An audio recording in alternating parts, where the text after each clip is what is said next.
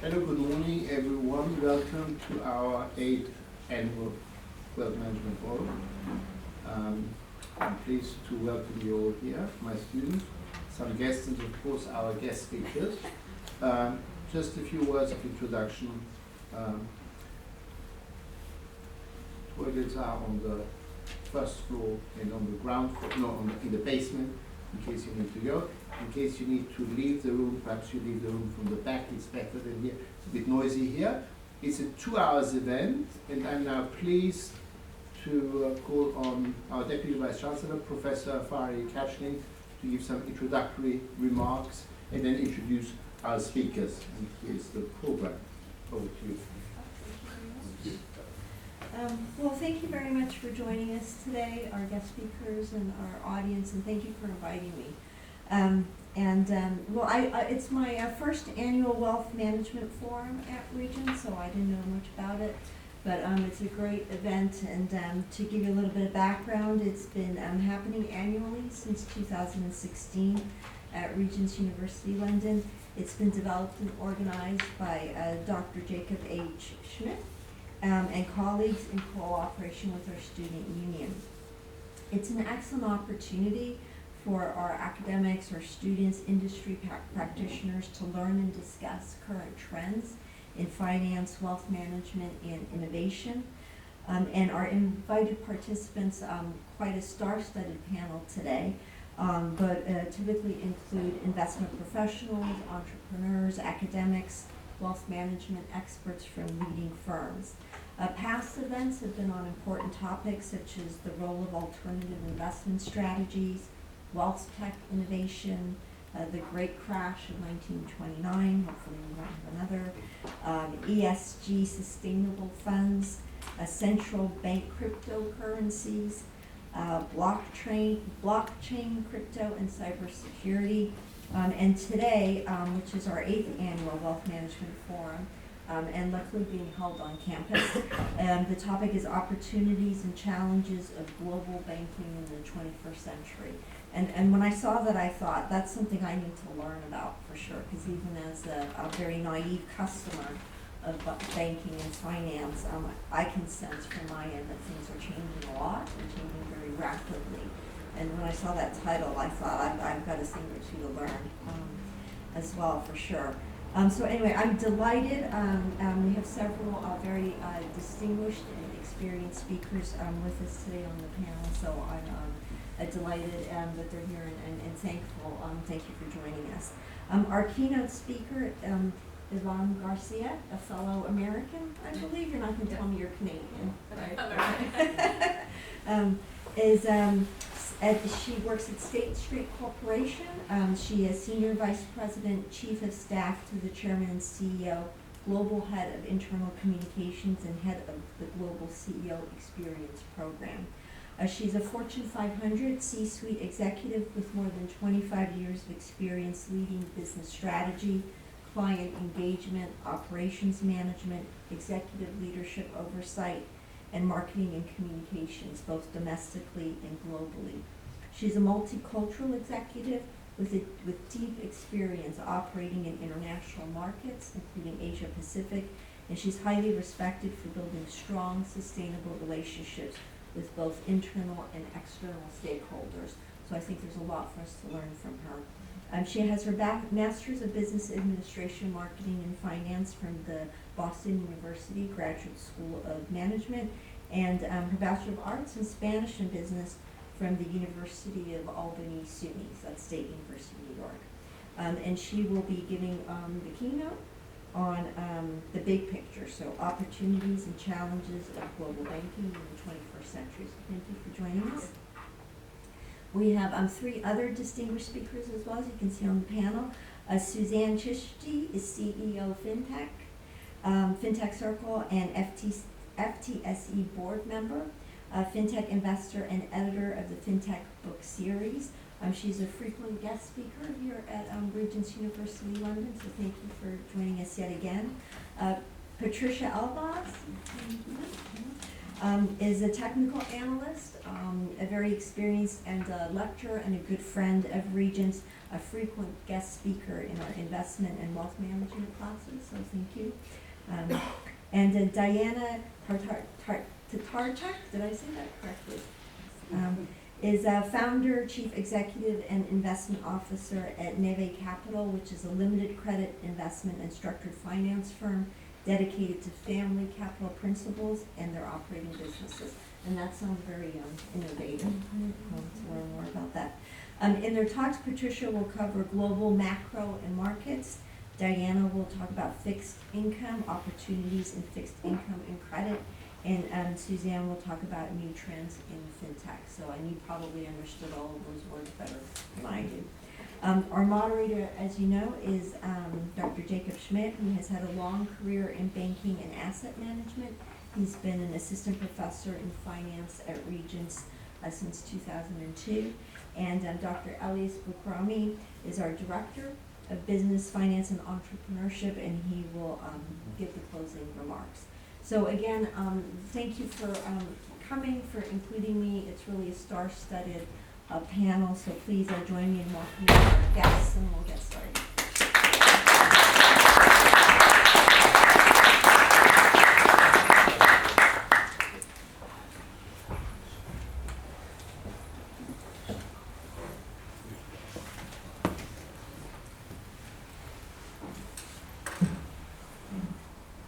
Thank you very much, Deputy Vice Chancellor, and a special thank you to you, Dr. Schmidt, for your vision and leadership in creating such an important forum at this point in time. It's really an honor to be here today, and I'd be remiss if I didn't recognize that it's quite fitting as we have a lineup of all-female leaders during International Women's Day, which is a day that is recognized the entire month of March, and we recognize social and cultural achievements of women leaders. So we can all agree that since International Women's Day was launched in 1911, a lot has changed. There's been a lot of progress, but certainly more progress to be made. And I'm sure we'll all touch on that perhaps in the panel when we convene again after our remarks. So I also want to recognize, the women leaders that are here in the room. You play a really important role in this industry, and importantly, the male allies. All of you play an extremely important role in the future of our industry.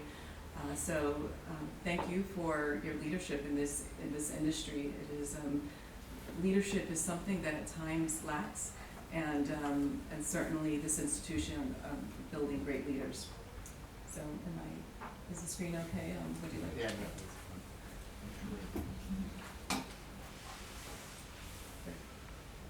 So I'm really excited to talk about the theme, challenges and opportunities in global banking sector in the 21st century. It's quite fitting for the times as we navigate through the complexities of the 21st century. The global banking sector certainly stands at the forefront of opportunities and challenges. The pivotal industry serves as a backbone of the interconnected world, and facilitating economic growth, fostering trade, and providing essential financial services to individuals and businesses worldwide. I've had the privilege of being in the financial services industry for almost 30 years. Half of that is at State Street Corporation, and which is an institutional bank. We are a bank of banks, so I'll explain a little bit more about what we do. I've had the benefit of riding the wave through many of the opportunities that the industry has represented, and I've also survived some of the crises that I'm sure you've read about or have experienced. So before I touch on some of these examples, I'll quickly tell you a little bit about State Street. Oftentimes it's confused with retail banks. So I'll start by telling you what we are not. So we're not a retail bank, we're not a commercial bank or a mortgage bank. And we're not an investment bank. We do not serve individual customers. We do not have retail branches, so we are a bank for banks. It's been around for 231 years. It's the second oldest operating bank in the United States. It was founded by its predecessor Union Bank in 1792. So at State Street, we focus on two things: investment servicing and investment management. So put simply, our investment servicing business has clients that are institutional investors, so global managers, asset owners like pension funds, sovereign wealth funds, official institutions, central banks, and we essentially provide outsourced services that are central to their investment operations. So if they don't have the expertise in-house, they'll come to State Street and say, will you run our operations, our technology platform for us? We touch slightly more than 10% of the world's assets on a daily basis. The other part of our business is investment management, and that's part of State Street Global Advisors. It's considered our asset management firm, and that's where we allocate capital on behalf of clients through our investments products. We are the 4th largest manager in the world's assets by assets under management, managing over $4 trillion. So needless to say, we have considerable size and scale in the global financial markets.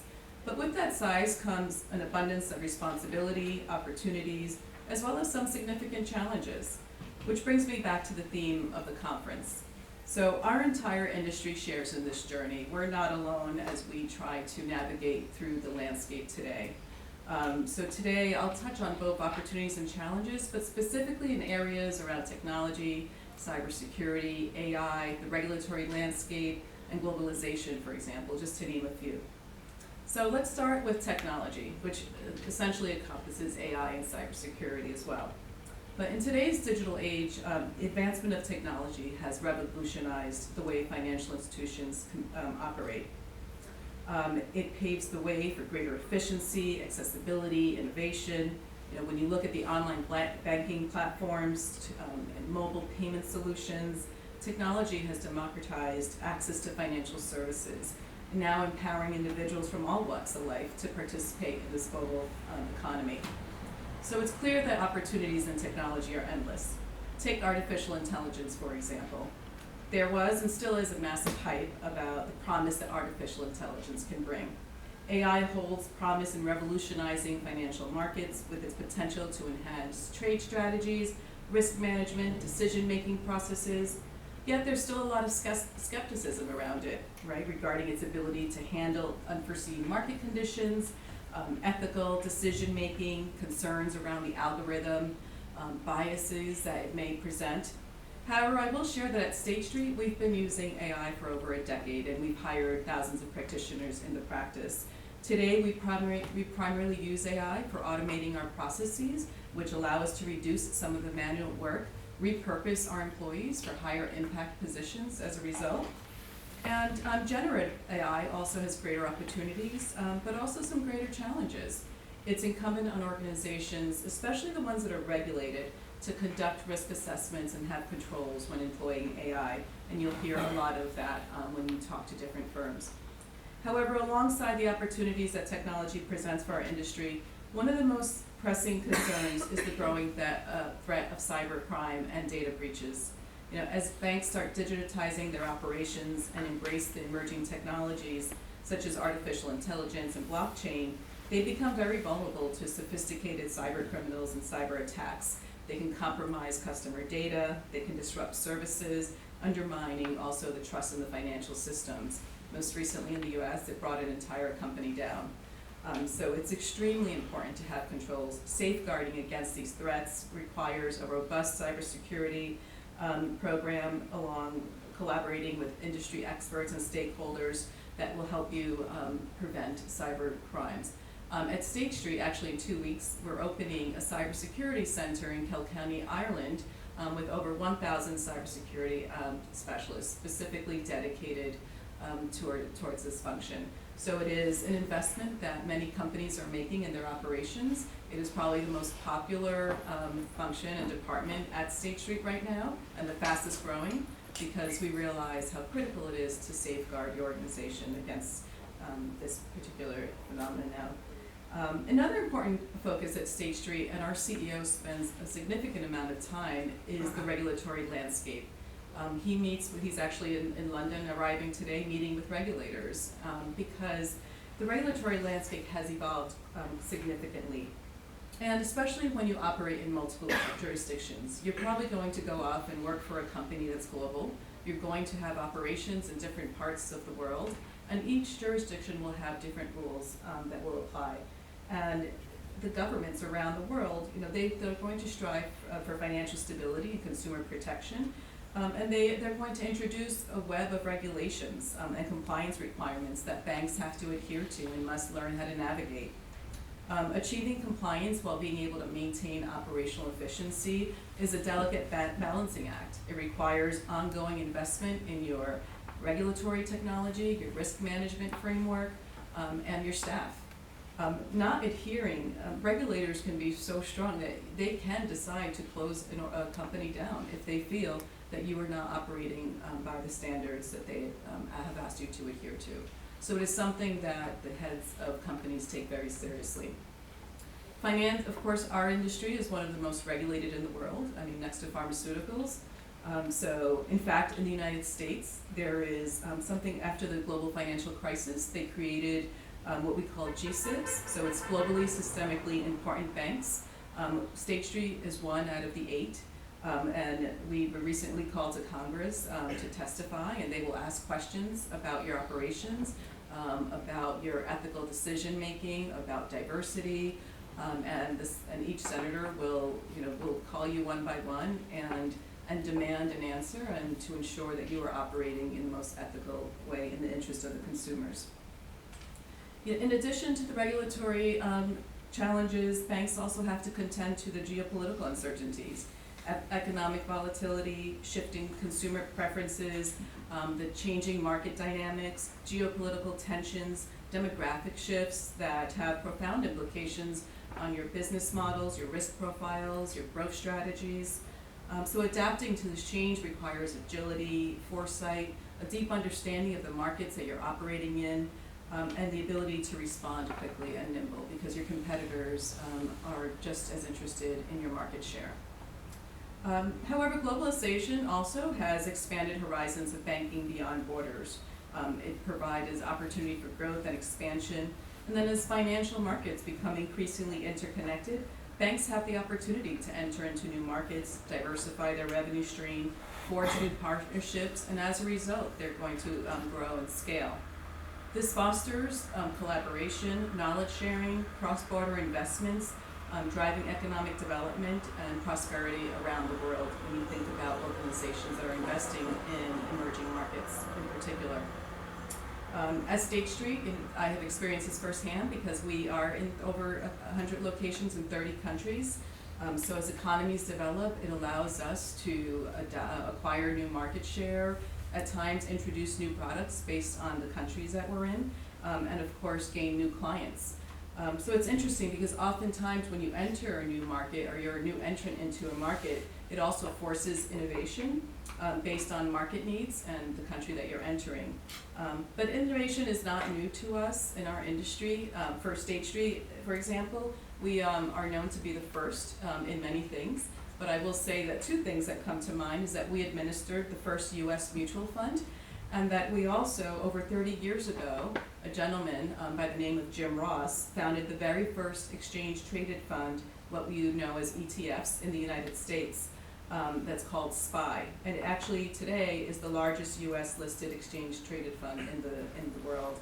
And Dr. Schmidt, Jim Ross learned of your forum today, and he signed a note from his article on Yahoo Finance for you. It says, Dr. Schmidt, thank you for your dedication in guiding your students in finance and sharing your passion for ETFs. Because who would have known that 30 years ago that a professor in London would be teaching about this? And he signed it for you. That's lovely, thank you.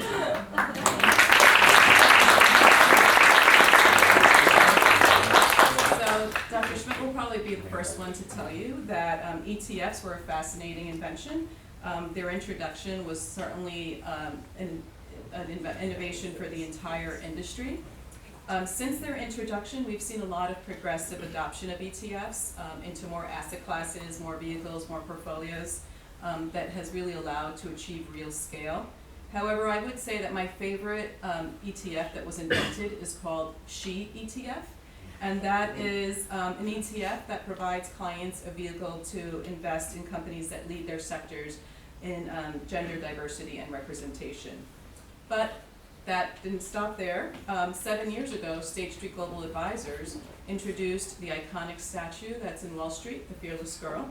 And that statue has challenged the status quo of corporate board composition Since its inception, it's resulted in 1,000 companies adding their first female director to an all-male board. So that was extremely important in order for our industry to progress and innovate. It is something that as you become leaders in your future companies that you're going to represent or create, do not underestimate the power of diversity and the need to have diverse perspectives around the table, because they will problem solve differently, they will have different experiences that will lend to more effective solutions. And it is something that will be critical if we want our industry to continue to evolve and innovate and prosper. So in conclusion, I will say that the global banking sector is at crossroads, poised at the brink of unprecedented opportunities and challenges in the 21st century. By harnessing technology, embracing innovation, fostering collaboration, and banks can truly unlock new avenues of growth, enhance financial inclusion, drive sustainable development. However, addressing these complex array of challenges, from cybersecurity threats to the regulatory landscape, requires a concerted effort, not only from our industry leaders, but from our policyholders, our regulators, to ensure the stability of our global banking system for the generations to come. So I'm confident that with the leaders that we have here and the education you're receiving in this great institution, that you will certainly represent us well in the future. I am happy to serve as a resource. You can look me up on LinkedIn. As you start figuring out what you want to do next, please feel free to count me as a resource. I look forward also to talking a little bit about career advice and answering any questions you may have on what's next for you with our distinguished panel of Diana and Suzanne and Patricia, moderated by Dr. Schmidt, of course. So thank you for the opportunity to talk about this very important topic. It's going to impact your career.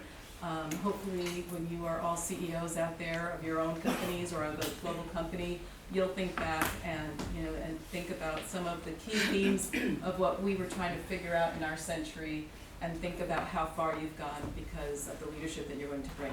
So thank you very much.